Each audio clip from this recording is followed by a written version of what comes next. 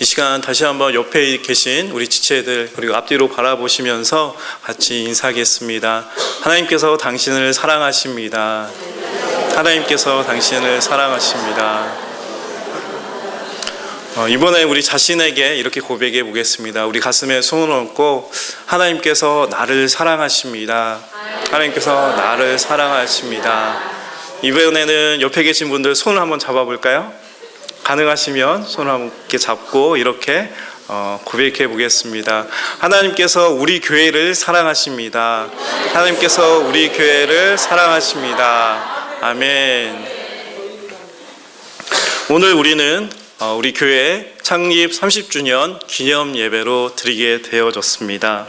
40년의 세월 동안 우리 교회를 세워주시고 인도해 주시고 함께 하신 하나님께 감사와 영광을 돌리면서 우리는 오늘 본문 말씀을 통하여서 우리 교회를 향한 하나님의 뜻을 구별하고 다시 오실 예수님께서 오실 때까지 우리가 우리에게 주신 교회 사명을 잘 이루어 가도록 우리가 믿음으로 결단하는 시간을 가져야 할 것입니다. 우리는 살아가면서 때때로 이해할 수 없는 하나님의 시간표에 흔들릴 때가 많이 있습니다. 아무리 기도해도 들어주시지 않는 하나님, 응답하지 않으시는 하나님, 내게 지금 이것이 필요한데 도무지 하나님의 음성이 들리지 않을 때 과연 하나님의 뜻이 무엇인지, 하나님의 계획은 무엇인지 우리도 흔들릴 때가 있다라는 것이죠. 믿음의 조상으로 잘 알려진 아브라함도 마찬가지였습니다. 그가 고향에서 75세 때 하나님의 부르심을 입었습니다. 하나님께서 지시할 땅으로 가게 되어질 때 너의 자손을 통하여 이 세상 모든 사람들이 복을 받게 될 것이다 말씀해 주셨습니다. 그런데 아브라함에게는 자손이 없었습니다. 75세가 될 때까지 자녀가 없었던 것이죠. 이제 그런데 하나님께서 약속해 주신 것입니다. 이제 너의 자손을 통하여, 네 자녀를 통하여서 이 세상에 수많은 자손들이 복을 얻게 될 것이다. 그런데 시간이 흐르고 또 흘렀습니다. 100세가 되었습니다. 25년이란 세월 동안, 말이 25년이지 하나님 나에게 말씀해 주셨는데, 약속해 주셨는데 아무리 시간이 지나가도 그 약속을 지켜주시지 않는 것 같았습니다. 그런데 드디어 100세가 되었을 때 바로 이삭을 낳게 됩니다. 왜 하나님께서는 이렇게 하신 것일까요? 약속하신 말씀이 주어지고 금방 자식을 주면 얼마나 좋겠습니까? 그런데 금방 자식이 생기면 어떻게 생각하겠습니까? 하나님께서 하신 게 아니고 뭔가 내 힘으로 한 거야 라고 생각할 수 있었습니다. 그러나 오랜 시간이 흘러서 100세가 되었을 때 불가능한 일을 이루시는 하나님, 그 하나님, 그리고 그 계획을 반드시 이루시는 하나님임을 아브라함이 경험하게 된 것입니다. 우리는 오늘 본 말씀을 통하여서도 하나님께서는 불가능한 일을 이루시며 또 하나님께서 계획하신 것을 반드시 이루신다는 것을 우리는 말씀을 통해 발견할 수가 있죠. 오늘 본 말씀 예스라서는 이스라엘 포로 후기의 역사를 담아내고 있습니다. 이스라엘 백성들은 가나안 땅에 정착해서 이제 하나님의 축복 안에 평안하게 살 수 있는 은혜가 주어졌죠. 그러나 어떻습니까? 하나님을 버리기 시작합니다. 하나님을 떠나기 시작합니다. 하나님이 더 이상 필요 없습니다. 내 마음대로, 내 생각대로, 내 필요에 따라서 하나님이 아닌 다른 신을 믿고 다른 것들을 의지하면서 살아가게 되었습니다. 하나님께서 아무리 돌아오라고 말씀하셨지만, 용서해 주겠다고 말씀하셨지만 이스라엘 백성들은 변함이 없었습니다. 그러자 끝내 어떤 말씀이 주어집니까? 심판의 말씀이 주어지게 되어지죠. 결국 이스라엘은 북이스라엘과 남유다로 나눠지게 됩니다. 지금 우리나라처럼 말이죠. 그리고 어떤 일이 일어납니까? 이스라엘, 바로 북이스라엘과 남유다가 모두 멸망하고 맙니다. 바벨론에 의해서 처절하게 예루살렘이 파괴되어졌습니다. 수많은 사람들이 죽어갔고 또한 수많은 사람들이 바벨론이라는 먼 나라로 끌려가게 되어진 역사가 바로 이때 있게 되어졌다라는 것이죠. 우리 성도님들 중에는 일제 치하의 시대 가운데 살아오셨던 분들이 계실 것입니다.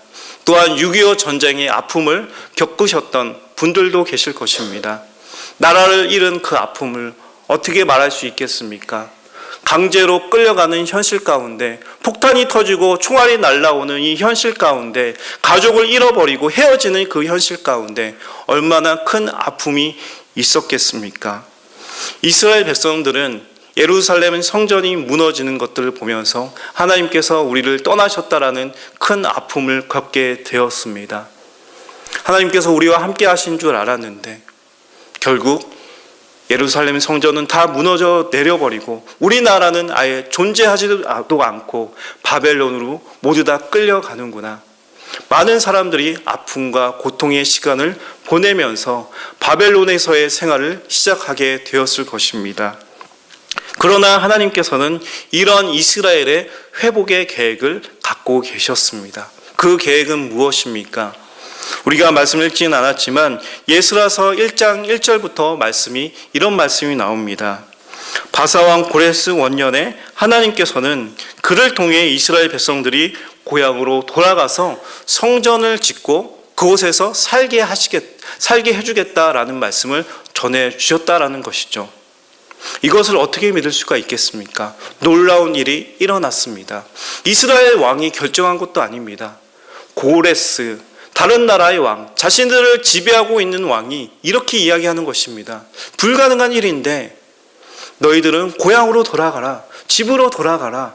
이제 예루살렘 성전을 다시 재건해라. 그리고 그곳에서 살아도 된다라고 이야기된 것이죠. 바로 하나님께서 놀라운 일을 행하셨습니다. 하나님의 계획을 이제 이루셨습니다. 70년의 포로기의 시대를 지나서 이제 이스라엘 백성들이 자신의 고향으로 돌아가게 되어지는 은혜를 얻게 된 것입니다. 하나님께서는 오늘날 오랜 세월 동안 우리 스스로 해결할 수 없는 죄의 문제, 우리가 끊어낼 수 없는 이 죽음의 문제를 해결하기 위해서 독생자 예수 그리스도를 이 땅에 보내실 것을 계획하고 계셨습니다. 그리고 하나님의 때에 하나님의 계획이 완성되었습니다. 바로 구세주 예수 그리스도께서 이 땅에 오심을 통하여서 절망 가운데 있었던 우리들이, 소망이 없었던 우리들이 이제 용서함을 받고 영원한 생명을 약속받게 되어지고 소망 가운데 천국을 바라보면서 나아갈 수 있는 은혜가 주어지게 된 것입니다. 예수님을 통해 이 땅에 교회가 세워졌습니다. 교회는 어떤 의미를 가지고 있습니까? 바로 교회는 하나님께서 세우신 교회다. 하나님께서 계획하시고 하나님께서 은혜 가운데 이 교회, 이 세상에 우리 교회를 세우셨다는 것을 믿음으로 고백할 수 있어야만 합니다. 마찬가지로 우리 양문교회는 하나님의 크신 계획과 뜻에 의해서 이곳에 세워지게 됐습니다. 이것이 우리가 고백해야 되는 고백의 믿음의 고백입니다.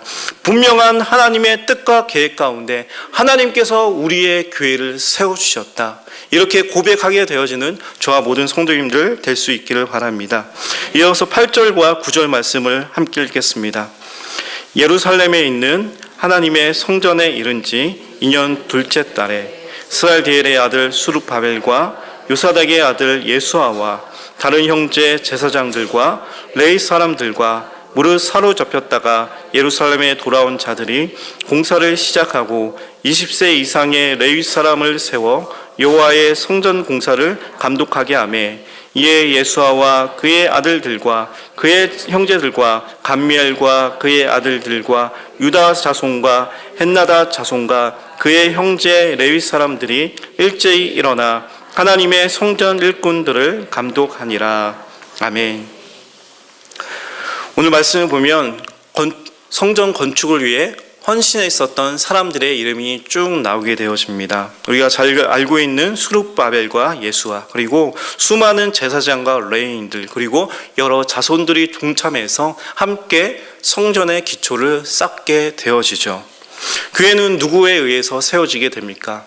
먼저는 하나님에 의해서 예수 그리스도를 통하여서, 교회의 머리 되신 예수님을 통하여서 우리 교회는 세워졌습니다. 그러나 하나님께서는 헌신하는 그 헌신자들의 손길을 통해 그 교회를 세워가고 계신다라는 것입니다.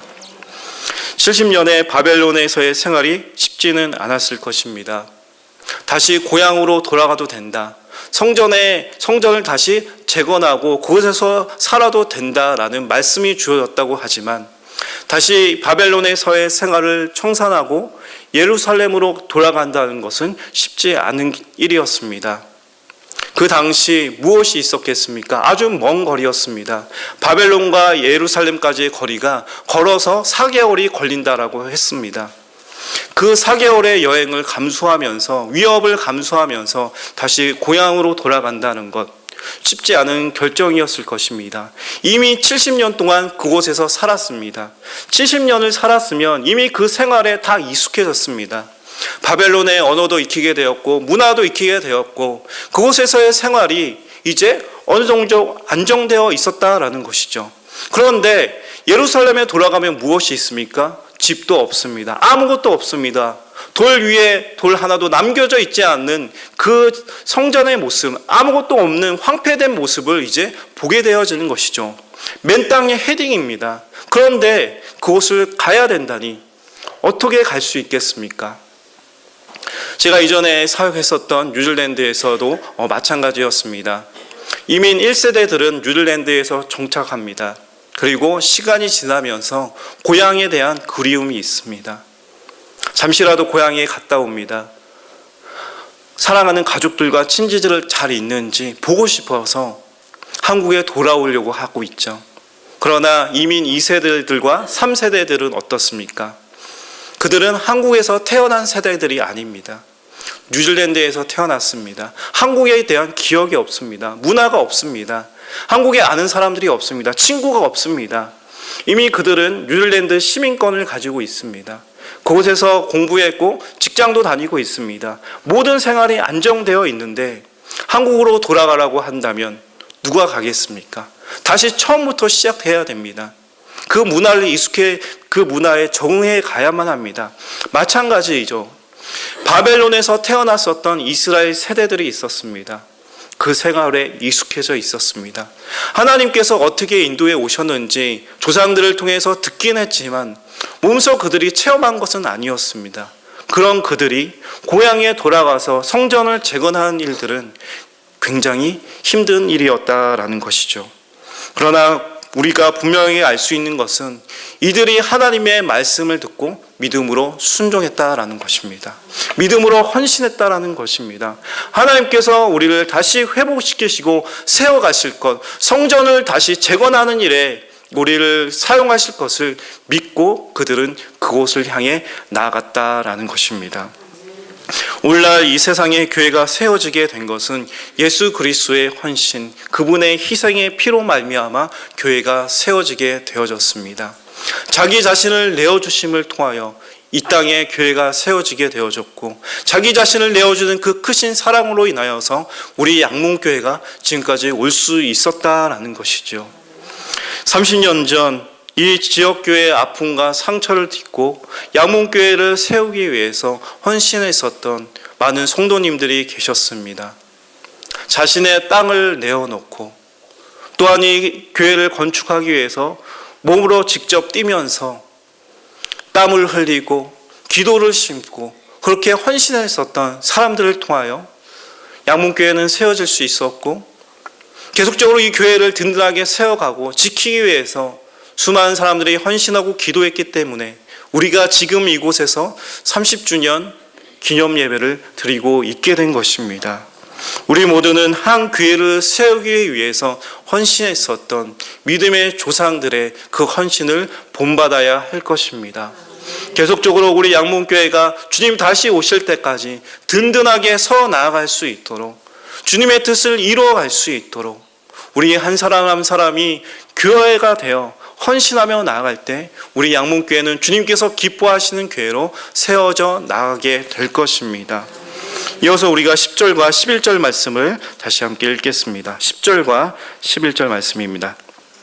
건축자가 여호와의 성전의 기초를 놓을 때 제사장들은 예복을 입고 나팔을 들고 아삽 자손 레위 사람들은 제금을 들고 서서 이스라엘 왕 다윗의 규례대로 여호와를 찬송하되 찬양으로 화답하며 여호와께 감사하며 이르되 주는 지극히 선하심으로 그의 인자하심이 이스라엘에게 영원하시도다 하니 모든 백성이 여호와의 성전 기초가 놓임을 보고 여호와를 찬송하며 큰 소리로 즐거이 부르며 아멘.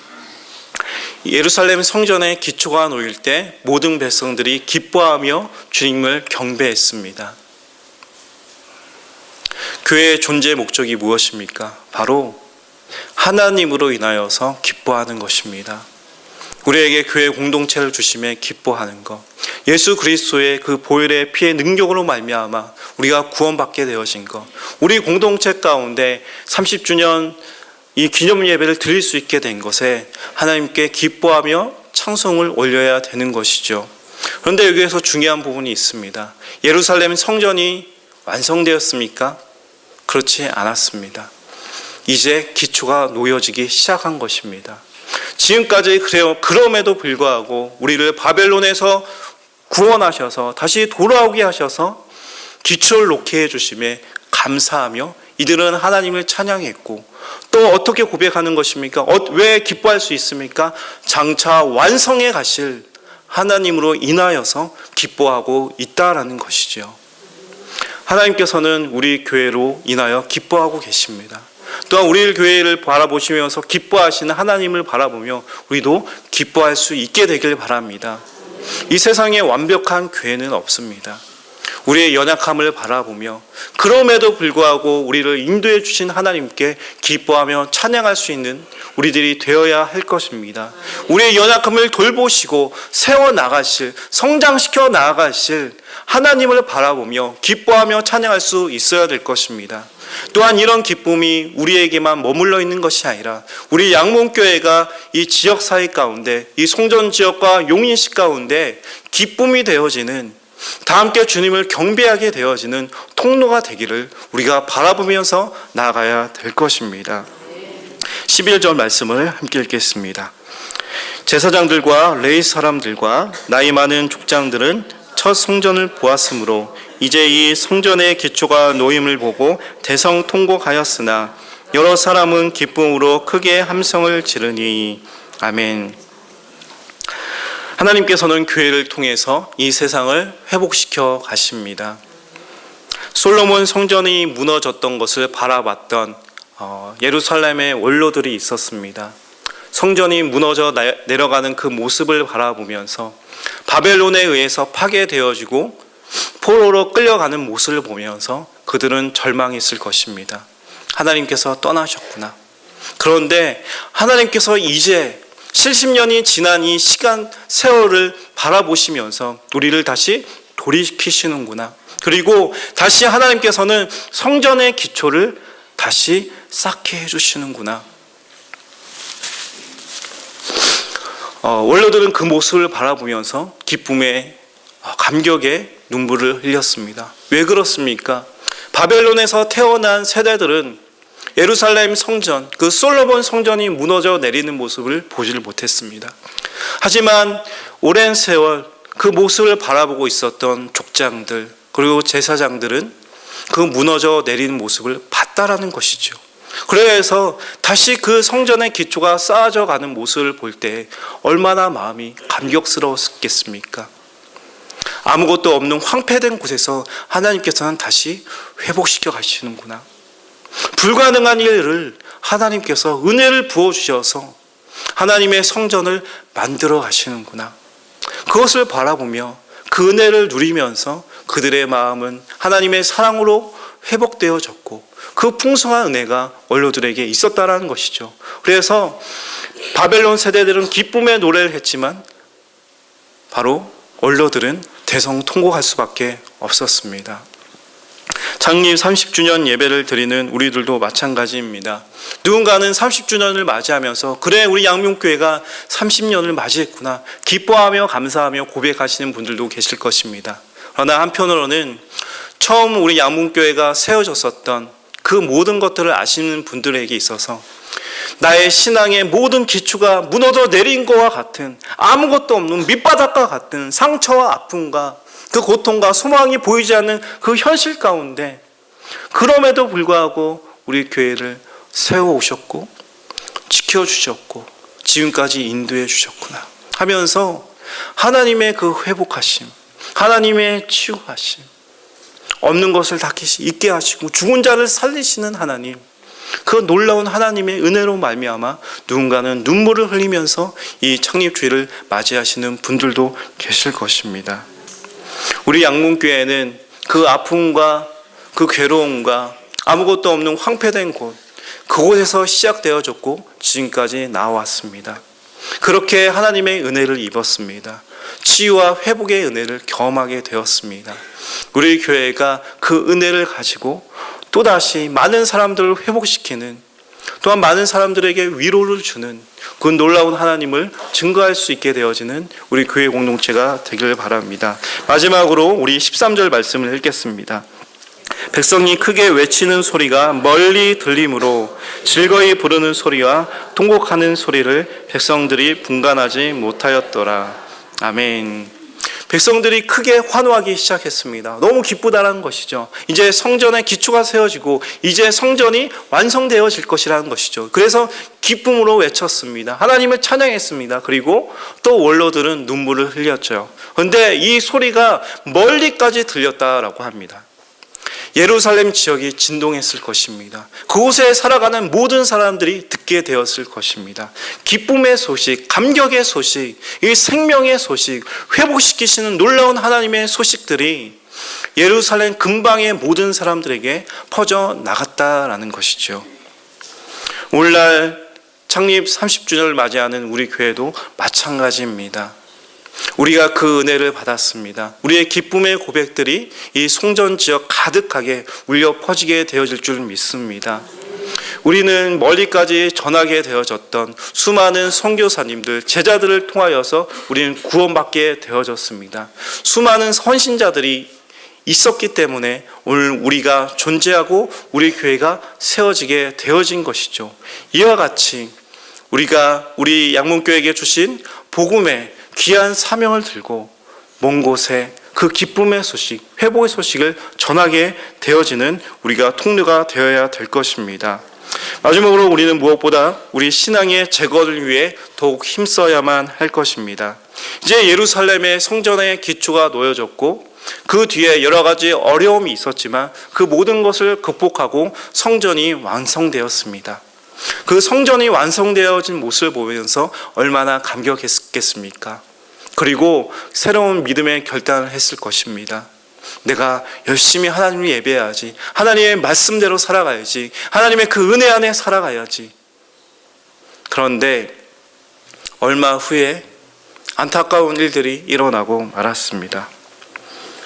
성전 건축이 이루어진 이후에 하나님의 말씀, 그 율법을 저버리고 이방 여인을 자신의 아내로 받아들이는 일들이 벌어지게 되어진 것이죠.